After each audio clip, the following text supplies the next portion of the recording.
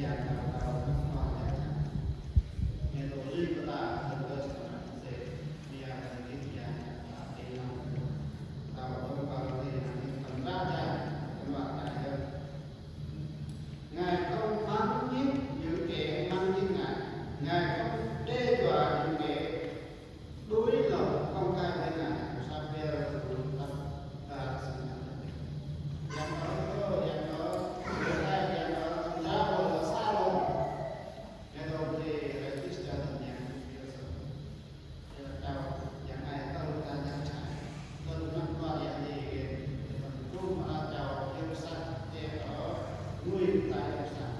sau có chi là cái lời dạy gỡ này giao giao ý mà là cái tầm gỡ luôn trong cái ai cái cô thì nó sao Đức Chúa Trời đã cho những cái dạy dỗ của thế gian này để làm sứ giả của Ngài sau tôi luôn tập trung xem ra cái cô đây là cho đặc sản còn năm nay là chào tân nhân nô chào số chào ban xuyên xem về cái dạng ngoài cái dạng chèn cái dạng cầu có thể là con có thể là nhạc thì nên xem lại cái lời nhạc hát của các cái sẽ thì là chào ngược lại mà dạng ai là nhất trải là những người về tổng thu mà làm ra tận nhà thì ở môi trường thì ở quân rô ở cả thì cái dạng hát của Ngài muốn họ trở nên tốt hơn những cái dài dột trong công việc của Ngài. Yang Ngài chưa ra là một cái xe vậy. Yang nuôi người ta nhiều, yang nuôi ra đây nào có tham gia. Đôi thì chào mang vâng, chào mang không phải là các cô này viết, hay là chào Paris của nhà, hay là chào mà yang có biết ơn là cũng phải là chào người là hiện ở tu lời nguyên là thì đang làm lại thì xin xem có cái sự nhất là kẻ dạy đồ chán cố đúng là chào người ở cái world giống như chân người quay quạt làm sao còn tin ta phải vào xe bộ vì chào phải chân rồi tôi đơn nhà suatu ni macam apa yang kita baru yang di ada yang zoom lại dan betul kan ini kalau di mana dunia ni quét qua đây nó có jalan untuk jalan baik kalau rasa là ada dalam macam hanya terus salah dia kata đối với bạn là như vậy để cho ta thì có người ở quê ở quê thì bây giờ là smart làm chào trắng răng chào các ngành giống như người chân thực hiện người quê trong thực hiện là câu tục ngữ trong miền của kẻ thù này thế đó rồi thì đáp chi hay là cái người verse thì trao đổi người ta ở đây cũng vậy cũng giống với lời tập tập rằng là thật lời sự bực ức giết chết kẻ ngu dại và sự ghen tị giết chết kẻ đơn sơ thì là hay cái công việc thì là hay khu thì là thì rất lợi ở đây này chất ta quen mọi thì mà gần tức ta cần rong gọi là dễ số sa tạm thiên những hai thì chưa đã ra được mọi người và nếu b xem cái rằng thì người khôn ngoan sẽ hướng được vinh dự nhưng kẻ ngu dại sẽ bị sinh cao và chắc chắn là cái ta ngăn ngăn các cái tốt nhà chào luôn là có thể bên người ta xin là sớm người ta nhớ mong nhà nông dân thì này có nhà tôi thì ở đây là chào ở quê nhà thì quê nào sống lên chân tôi ra đây chúng cô là dạng là thì sẽ ra ở đi về chào công ty ở về nằm dân nên tham dân sẽ kết quả người khôn ngoan tích trữ tri thức nhưng miệng kẻ ngu dại đem sự bị diệt đến năng đã chắc chắn cái lời đã xuống xuống rồi chắc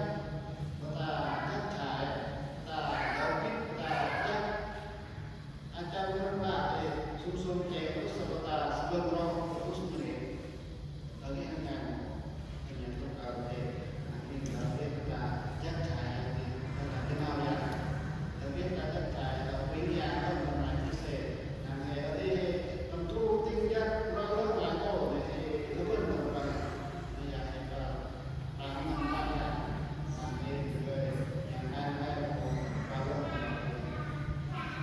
Xem áo trên trên là giống như một cái gai đâm vào vai kẻ sai việc. Cái móc lớn nhất của kẻ ngốc là không biết mình là kẻ ngốc. Trong đó ta biết cái là ta biết thương không? Nghĩa là thế nào không? Thì con cháu bây giờ thì là càng học thì càng thấy mình. Thế là hay học xong rồi cô tôi đi vào là tôi đại học rồi cao học rồi tiến sĩ thì sinh ra ở hiện kim luôn. Ai có ở học cái gì này rồi thì chắc rồi. Ở có hay ở biết chi đúng không? Biết chi là cho nên là cũng có số số chi là anh ngon trao đây là anh có lên dạ anh tôi cũng tầm ba đó tầm ba giờ thì ở thì ông tôi cổ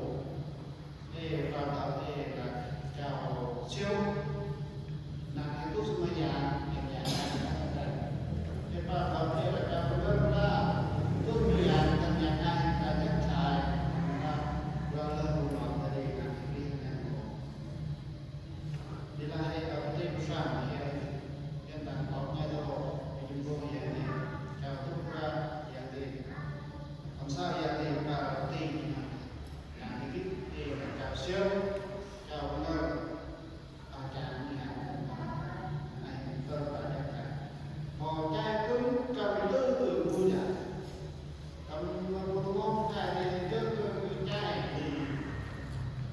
ở bài chỉ đi tại hay là con cháu mà nhu lắm chui rồi ngăn ngăn được vì chúng ta tại cứ ấm này thiếu thì cứ ấm tại rồi thì nhà sister nhà mình ai tao ra chắc chạy ai tao lúc cái này ai tao ra bán này đi sang nhà nhà không có chuyện bây giờ là các bạn xem lại sử dụng câu này để minh họa bản chất đê tầm của một tội nhân quay trở lại con người của người. Cho em đọc giảng thiên tạ đã câu sáng câu giảng gì câu trả gì nhà nói câu người cách ra là mình là gì bây giờ chào luôn là chào có điều thì xuống xuống thức ăn tổng thủ cả ở đây là đi luôn xong rồi lên nhà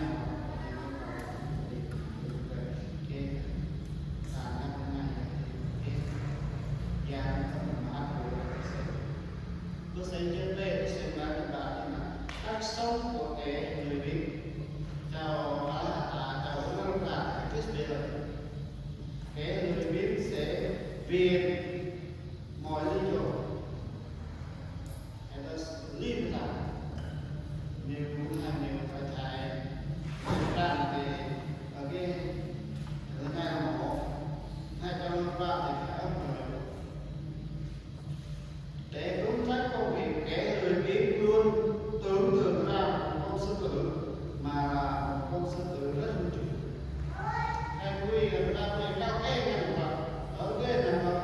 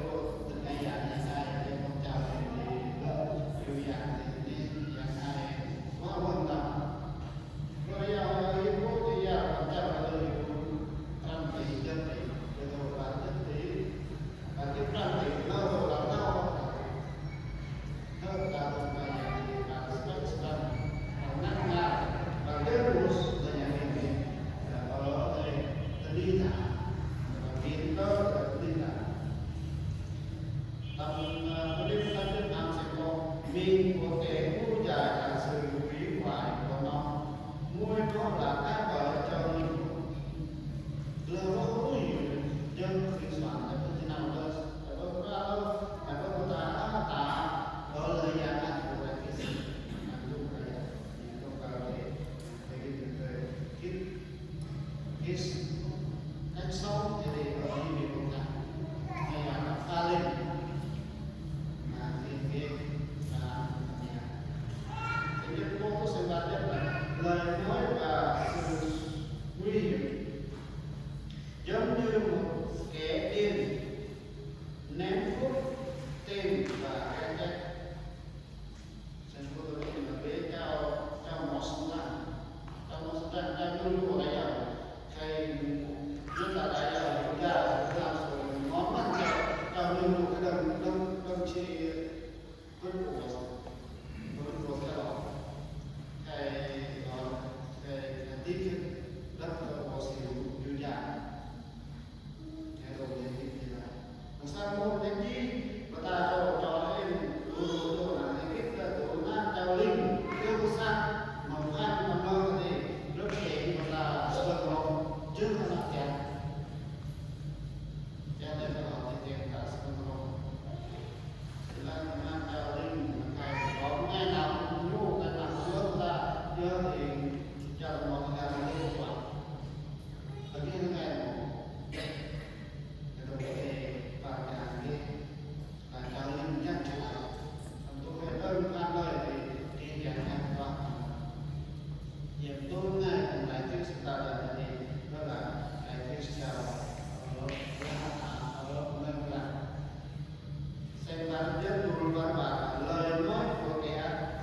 không có củi lửa tắt thanh chất cũng chấm dứt là cái nào đi sai chạy này nếu có cái nào cho yêu sát nên đâu cái trước nuôi nó vào cái điện thoại có gì là về xét hỏi để cho ta mình xét cho nó khu nó sẽ tí ở vừa cái nào thế nào tầm ra này đâu là giờ mình phim cái năm cũng dân đời thì làm sao cho người ta phải xem rằng là cái mô tả sức mạnh của lời nói có thể gây ra mọi người nguy hiểm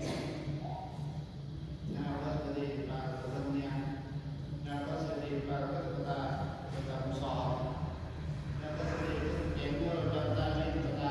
cấm sở em có trong ta lên chúng ta làm nhà và nên người hai ngăn cản cũng dễ gây ra xung đột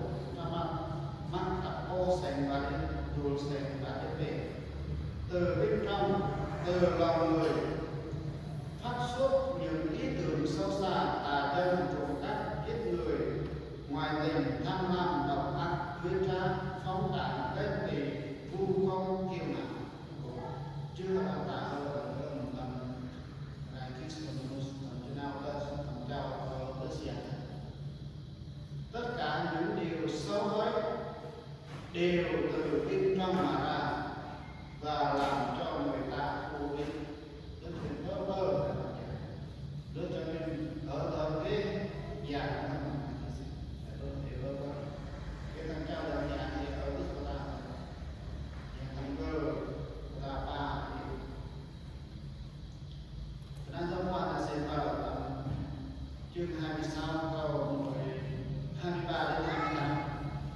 con người sẽ thay tình mọi cử chỉ và hành động trước đấng phán đoán. Giờ mình chưa ra lớp ta với sao người gì hành động thì có ngay cũng có cái gì rằng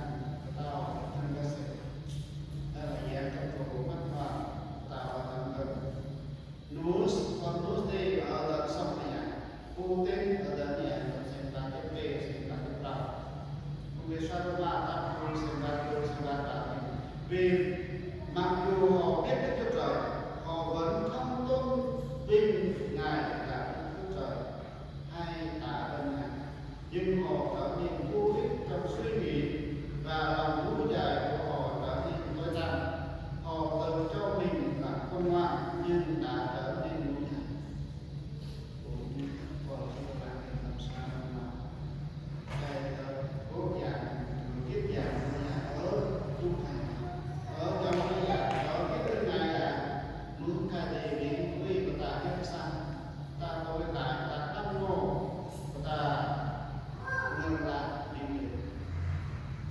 yêu cầu cái xe có là chào vô tình nên là chào trung tin cái số năm trăm chẳng quản chớ có lời không tiếu lời điên rồ hay chuyện tiêu lâm thô tục là những điều không đúng nhưng thay vào đó phải có lời hành cha về thì đầu đời thì cần phải gian và tạo động đời gian là tạo phương gian có liền kết hợp với tạo động đời thì bà kém trong ta cái sự này tôi sắp ta có tốt và đi là trong ta có tốt và có sẽ quan trọng như là lưới dưới trá kẻ nào hú sẽ xa xuống đó kẻ lăn ra sẽ bị đá lăn đè lên lưới dưới trá kết những kẻ bị nó trả đạp miệng thì nó gây ra sự nguy hoại sẽ là có sự lăn lăn em xuống đó là trao cho mô thì năm trao cho mô tí trao cho mô chén trao cho mô thì rất là thu tâm thu cái yêu sát nhìn với cái tuần cái là thu của làm bao giờ cái tầng này lưới tốt gì thì tốt gì có thể ở âm tầm ta sẽ không có theo bây giờ thì là cả liên kết lại lập gia và định chưa là và lần của ta sẽ biết rằng các bạn từ nhà đầu dạng thì nhà môn cho thì ở dạng dạng nên tu mà làm trong thế dạng thì rất là lời thì dạng thì nổi dạng thì vô nhưng thì kết lại rất là đại dạng các bạn kẻ nào hú sẽ xa vào hú trong sự phán xét của Ngài Đức Chúa Trời thường định là con người sẽ gạt những gì họ đã gieo họ sẽ xa vào hú mà họ đã đào cho người khác còn mang lăn vào người khác sẽ lăn để họ làm sao để sẽ để các rằm sẽ sinh từ sinh kết quả cũng hai mạng nữa lần thứ năm chỉ bằng là cái bằng cũng chỉ bằng như thế mình là cái hà là thay là cho quan chất chân tâm người lên chứ là tạo hòm chứ có tạo là gì mà ta cho lên càng này ngàn việc đi làm phải hơn một chỉ bằng những bằng một cái mình nó chỉ bằng hơn là tiền hơn thì là mà hệ chứ với các số tâm với cái nước dân thì nhà nhà không ta sang thì ta tạo ra được cái thủ của Daniel làm sao Daniel sắp đào xem là liên quan đến sự hoạt phạm cùng ở cái thảm nó cũng rất là năm nay cũng ở bên đang cho điều thì trước khi chúng ta giảng chào sự tâm và chào của tao là chúng ta đi từ ngoài là chào lời cũng có trên cái lời của sao con tô và đặc quan sang tham sinh sinh rất là bao lô chúng tôi bị ép đủ mọi cách nhưng không bị đè hoang mang nhưng không bị bỏ bị bắt bớ nhưng không bị bỏ rơi bị quật ngã nhưng không bị tiêu diệt ta có gian trong đó còn muốn cho anh ta trong thực chất rất nhiều người già già trong thổ trong đó sai cho nên ta chứ cô sẽ nằm trên đó rất nhiều vào bán nhiều đáng của thai là để nhờ đời đời người nói và sắc tiền làm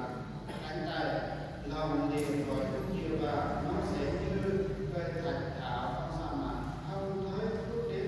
nhưng ở trong nơi đồng băng khô khan trên đất mà không nhân hậu là cao đất làm gì còn gần làm gì ăn là gần làm gì ra gần làm một cái chắc trái nhà đồ cái gì